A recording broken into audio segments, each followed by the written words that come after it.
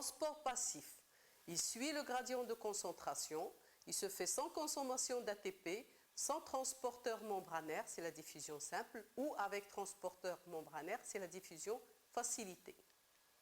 La diffusion simple concerne les gaz, l'eau, et les ions et les petites molécules non chargées électriquement. Parmi les petites molécules non chargées électriquement, vous pouvez avoir l'urée, des acides aminés, des acides gras, le glycérol et le glucose.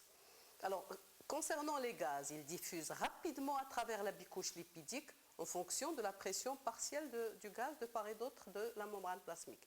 Il passe aussi, comme c'est de la diffusion simple, du plus concentré vers le moins concentré ou du milieu où la pression partielle est forte vers le milieu où la pression partielle est moins forte.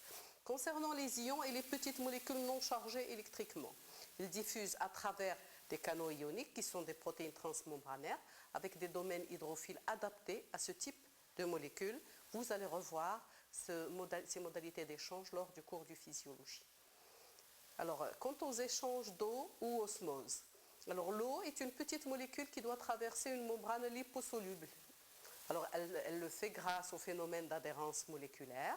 Ce phénomène permet aux molécules d'eau de se lier entre elles pour former un chapelet de molécules d'eau qui neutralisent mutuellement leurs charges électrostatiques opposées, ce qui leur permet de traverser la membrane liposoluble.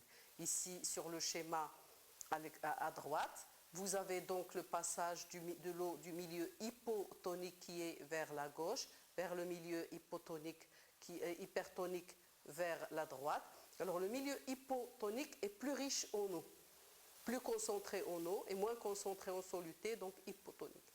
Alors que le milieu hypertonique, il est plus concentré en soluté, moins concentré en eau, et donc l'eau suit le gradient de concentration puisque c'est du transport passif.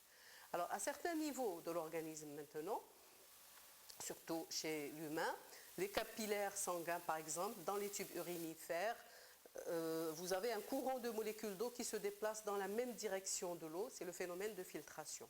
Il se fait via des molécules aquaporines comme vous le voyez là. Il utilise donc des protéines, donc des pores transitoires qui se forment sous l'effet d'hormones tels que l'ADH et la vasopressine par exemple. La diffusion facilitée maintenant, c'est une perméabilité passive accélérée par des transporteurs membranaires tels que les perméases. Alors, elle concerne des molécules privilégiées de la cellule telles que le glucose. Une perméase est une protéine transmembranaire aussi qui est spécifique à une substance précise appelée ligand et qui possède un site de fixation spécifique à ce ligand.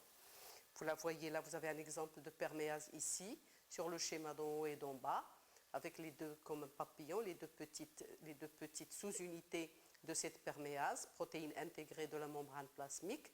Et alors, comme vous voyez là, le glucose, le ligand glucose en rouge en bas, se fixe sur son site spécifique au niveau de la perméase à glucose.